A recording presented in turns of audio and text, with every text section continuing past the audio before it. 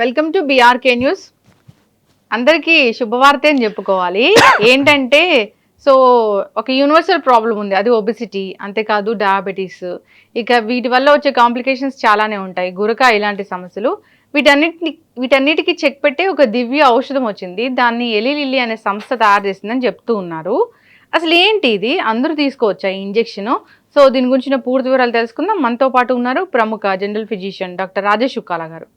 Doctor గారు నమస్తే. నమస్తే. అంటే ఇప్పుడు డాక్టర్లకి పని చాలా తగ్గిపోయిద్దని చెప్పుకోవచ్చా? డెఫినెట్లీ అడ్వాంటేజే అనాలి. ఎందుకంటే ఊబకాయం అనేది ప్రపంచవ్యాప్తంగా మేజర్ ఇష్యూ. సో ఆల్రెడీ ఇది అమెరికాలో వాడడం జరిగింది. రిజల్ట్స్ ప్రామిసింగ్గానే ఉన్నాయి. వెయిట్ రిడక్షన్కే కాకుండా డయాబెటీస్లోను ఈ ఊబకాయానికి సంబంధించిన ఎటువంటి డిజీజ్ అయినా కానీ, అంటే నేను ఇదివరకు చాలా వాటిలో చెప్పాను, high cholesterol, BP, obstructive sleep apnoea, arthritis, varicose veins, ఇవన్నిటికి కూడా వెయిట్ మూల కారణం. కాబట్టి వెయిట్ని తగ్గించే విధంగా ఏది వచ్చినా కానీ డెఫినెట్గా జనరల్ పాపులేషన్లో అది ఇంపార్టెంట్ ఎలిమెంట్ అయిపోతుంది. పర్టికులర్గా ఇప్పుడున్న కండిషన్స్లో ఊబకాయం మరీ ఎక్కువగా ఉంది కాబట్టి దాన్ని ఓరియంట్ చేసుకొని మనం ఏదన్నా డివైస్ తీసుకొచ్చినప్పుడు అడ్వాంటేజెస్ పాపులేషన్కి బాగానే ఉంటాయి. అంటే ఇది ఇంజెక్షనా డాక్టర్ గారు? ఎస్, ఇది ఇంజెక్టబుల్ ఫాము. ఒక పర్టికులర్ ఫ్యాషన్లో పనిచేస్తుంది. ఆకలి తగ్గడము, క్యాలరీస్ ఎక్కువగా బాడీలో అసిమిలేట్ కాకపోవడము, అలాగే వెయిట్ రిడక్షన్ని అయ్యే విధంగా చేస్తుంది. కొన్ని కెమికల్ ఫార్ములేషన్స్లో ఈ కాంబినేషన్ పనిచేయడం జరుగుతుంది. అంటే ఇది ఇండియాలో వచ్చిందా, వస్తుందా? అంటే ఈ వీటిని బ్రాడ్ టర్మ్గా జిఎల్పి అనలాగ్స్ అంటారు. గ్లూకోజన్ లైక్ పెప్టైడ్ అనేది ఒక ఎంజైమ్ బాడీలో ఉన్నది. దానికి సంబంధించిన ఇంజెక్షన్ ఇది. ఆల్రెడీ కొన్ని వేరే కంపెనీలు వాడడం జరుగుతుంది. కానీ ఇప్పుడు వచ్చిన న్యూయర్ మాలిక్యూల్ ట్రెజపెప్టైడ్ అంటారు దాన్ని. అది కొత్త మాలిక్యూల్. దాన్ని ఇండియాలో ఇంకా రాబోతుంది, రిలీజ్ కాబోతుంది. అంటే ఒక ఇంజెక్షన్ తీసుకుంటే బరువు తగ్గిపోతాం? ఒక్కసారి కాదండి, వారానికి ఒక ఇంజెక్షన్ తీసుకోవాలి.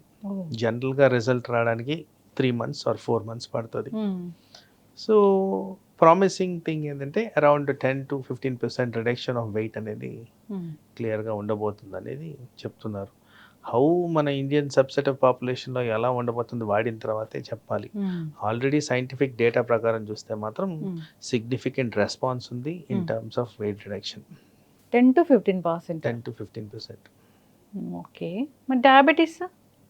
సో ఈ బేసిక్ నేను చెప్పిన జిఎల్పి అనలాగ్ అనేది డయాబెటీస్ని ప్రివెంట్ చేసే విధంగానే చేస్తుంది.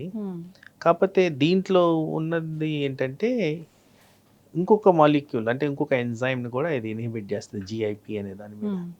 సో దాని కారణంగా డయాబెటీసే కాకుండా వెయిట్ని కూడా బాగా కంట్రోల్ చేయడం అనేది జరుగుద్ది. సో 2 విధాలా పనిచేస్తుంది. ఒకటి, మనం కాన్సెప్చువలైజేషన్ చేయాలంటే ఈ డయాబెటీస్కి మూల కారణం ఏంటంటే ఊబకాయం.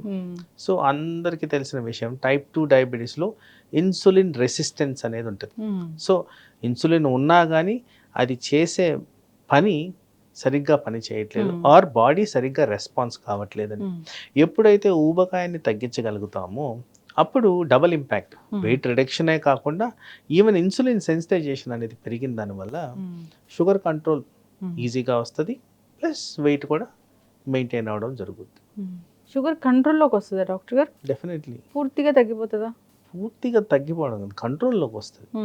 సో బేసిక్లీ డయాబెటిక్ పేషెంట్లో ఇది వాడిన దానివల్ల షుగర్ టార్గెట్ లెవెల్కి రావడం జరుగుతుంది. కానీ ఇది స్టాప్ చేస్తే మళ్ళీ షుగర్ లెవెల్స్ పెరగడమే జరుగుతాయి, కానీ కంప్లీట్ రివర్సల్ అనేది లేదు. అంటే ఇప్పుడు ఈ ఇంజెక్షన్ తీసుకుంటే ఏమైనా తినొచ్చు అంటే కంట్రోల్ అనేది ఉండాలి కదా. ఇప్పుడు మనం ఒక మంచి కార్యక్రమం చేస్తున్నప్పుడు దట్ డజంట్ మీన్ చెడు కార్యక్రమం కూడా చేయాలని.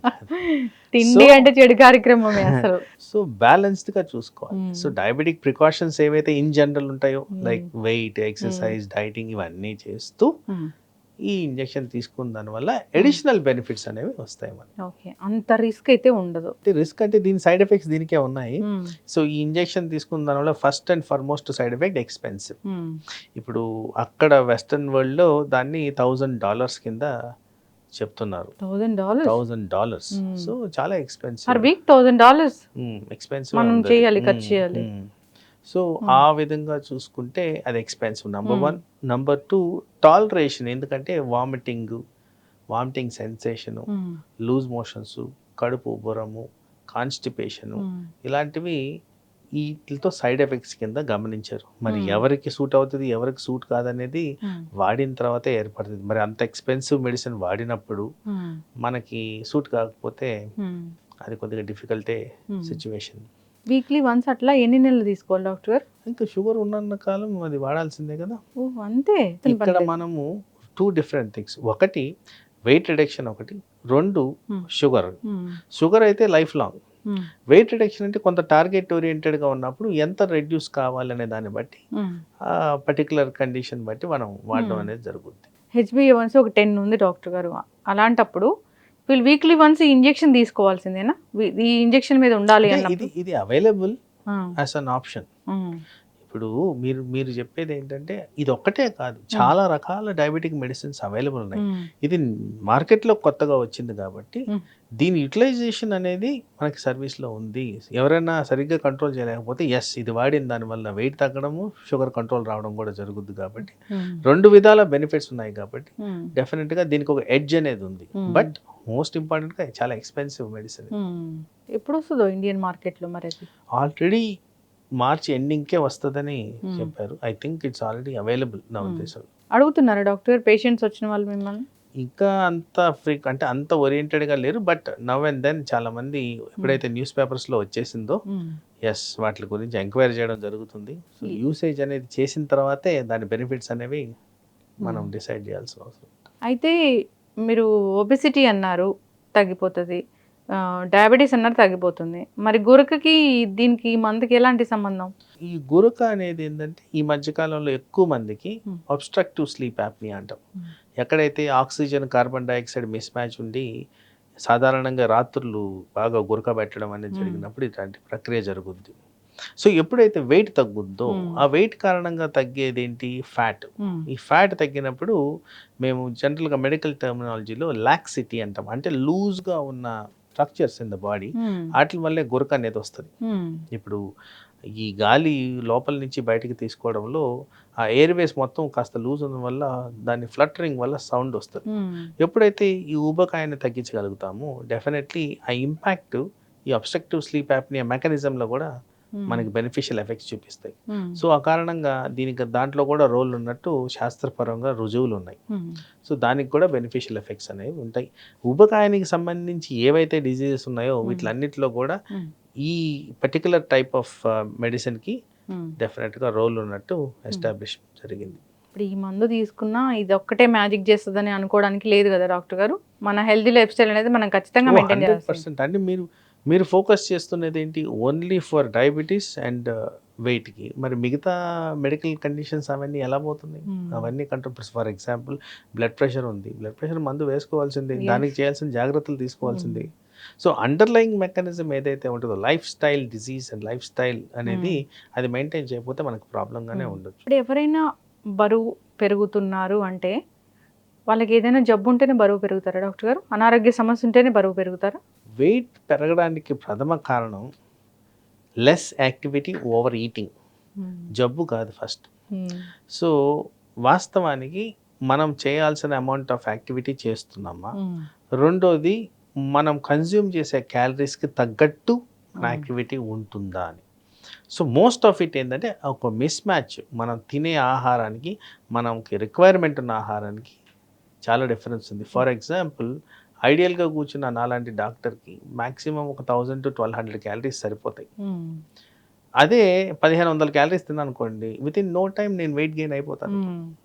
సో ఆ విధంగా మనం కంపేర్ చేసుకుంటే ఎవరికి ఇండివిజువల్ రిక్వైర్మెంట్స్ అనేవి వాళ్ళు టైలర్ చేసుకోవాలి. So for example biryani consumption అనేది చాలా కామన్ మన స్టేట్లో, మన Mm. హైదరాబాద్లో. ఎస్ సో ఈ బిర్యానీలో ఈజీగా మీరు ఆ బిర్యానీ ఎడిషన్స్ గురించి చూసుకుంటే, లైక్ బిర్యానీయే కాకుండా దాంతోపాటు ఒక కూల్ డ్రింక్, ఒక ఐస్ క్రీము, ఇంకేదో తింటారు, ఒక పాన్ అని. మరి ఈ cumulative calories almost 1500 calories. So ఒక్క బిర్యానీతో మీ డైలీ రిక్వైర్మెంట్స్ అక్కడ సాటిస్ఫై అయిపోయినాయి. మరి మీరు తిన్న బ్రేక్ఫాస్ట్, లంచ్ ఇవన్నీ కూడా పెరిగిపోతున్నాయి కదా. So excess amount of calories ఉన్నప్పుడు న్యాచురల్లీ వెయిట్ అనేది పెరుగుద్ది. ఎస్ జనరల్గానే వెయిట్ పెరిగే సీజన్ అంటే ఒకటి ఉంటుందా డాక్టర్ గారు? అట్లే లేదు, మనిషి తినే ఆహారం బట్టే ఎక్కువ శాతం ఉంటుంది అండ్ యాక్టివిటీ బట్టే ఉంటుంది. బట్ ఇన్ జనరల్ వింటర్లో ఎక్కువ తింటారు, ఎందుకంటే చలికి ఎక్కువ కదలిక అనేది ఉండదు, అవును. బయటికి పోబుద్ది లేదు, దాని కారణంగా వెయిట్ పెరగడం అనేది జరుగుద్ది. ఎస్ సమ్మర్లో కాస్త యాక్టివ్గా ఉంటారు కాబట్టి this is a general thing. Must and should అనేది కానే కాదు. జనరల్గానే ఈ ఒబెసిటీ, ఊబకాయం అనేది ఒక పెద్ద భూతంలాగా కనిపిస్తూ ఉంటుంది. ఒబెసిటీ ఉందంటే చాలా రకాల అనారోగ్య సమస్యలు వెంటాడుతూ ఉంటాయి. మీరు అన్నట్టు డయాబెటీస్ ఉంటుంది, రకరకాల డిసీజ్ అన్ని వస్తూ ఉంటాయి. మీరు అన్నట్లు గురక వస్తుంది, ఇంకా రకరకాల ఇష్యూస్ కూడా వస్తూ ఉంటాయి. పీసీఓడి, పీసీఓఎస్ ఇలాంటి ఇష్యూస్ కూడా. దాన్ని తగ్గించడానికి ఒక మందు వస్తుంది అంటే చాలా క్రేజీగా ఫీల్ అవుతారు. ఆ మందు అంటేనే హ్యాపీ కదా డాక్టర్ గారు. ఒక ఇంజెక్షన్ వేసుకుంటాం, బరువు తగ్గిపోతామంటే అసలు ఎంత సంతోషమో. అదే మీరు ఒక జిమ్ చేయండి, నడవండి, లేదా డైట్ చేయండి అంటే అది చాలా కష్టమైన పనిలాగా ఉంటుంది, కష్టం చేయండి అంటే కష్టంగా ఉంటుంది. బట్ ఏదైనా మరీ అంత మ్యాజిక్ చేసే లాగైతే ఉండదు. మన హెల్తీ లైఫ్ స్టైల్ అయితే మనం ఖచ్చితంగా మెయింటైన్ 100% చేయాల్సిందే. చేయాలి. వెయిట్ అనేది పెరగకుండా మనం చూసుకోవాలి. డయాబెటీస్ చాలా మందిలో డయాబెటీస్ ఉంది, ఇంట్లో ఇద్దరుంటే ఒకరికి డయాబెటీస్ ఉంటూ ఉంది. కాబట్టి అసలు ఆ డయాబెటీస్ రాకుండానే జాగ్రత్తలు తీసుకోవాలని కోరుకుందాం. వచ్చిన వాళ్ళు ఏదైనా అడ్వాన్స్ మెడిసిన్ ఉన్నా హెల్తీ లైఫ్ స్టైల్ మెయింటైన్ చేసుకుంటూ ట్రీట్మెంట్ తీసుకోవాలని కోరుకుందాం. డాక్టర్ గారు చాలా చక్కటి ఇన్ఫర్మేషన్ అండి, ధన్యవాదాలు. నమస్తే.